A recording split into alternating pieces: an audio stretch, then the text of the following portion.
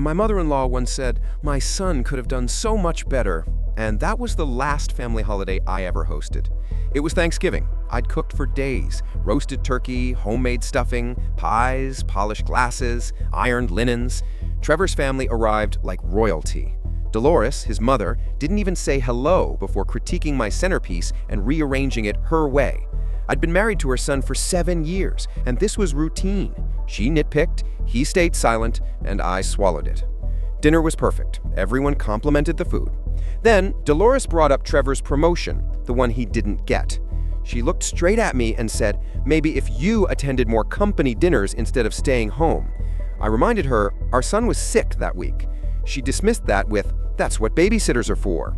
Trevor never defended me. He just let it hang in the air. After dinner, I carried plates toward the kitchen and overheard her talking to Olivia and Kent. She didn't know I was standing behind the wall. "My son could have done so much better. She's holding him back. No ambition, just plays housewife." Trevor was right there. He could have said a dozen things. That I left a job I loved for his career, that I handle everything at home so he can focus, that I host and cook every holiday because his family always needed space. Instead, he laughed. "Mom, come on." That laugh was all I needed. I set the plates down, walked into the room, and said calmly, "Everyone needs to leave." Dolores blinked at me like I'd spoken another language. "Don't be dramatic." I listed every holiday I'd hosted, every meal I'd cooked, every time I'd slept on the couch so they could use our guest room, every sacrifice I'd made quietly and without resentment until that moment. And then I repeated, "Get out of my house." They left. Trevor tried to minimize it for a week, claiming I'd misunderstood, that she didn't mean it, that I was overreacting.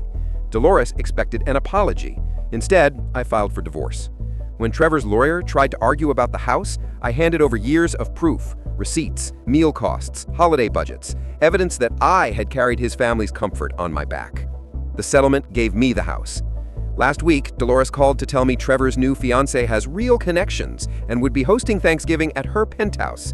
She delivered it like a victory. I told her I hope they served frozen dinners and hung up. This Thanksgiving, it was just my son Fen, my parents, laughter, stories from my childhood, and slightly over-salted gravy no one complained about. No judgment, no rules, no one rearranging my table. Just a holiday in a home that finally felt like mine.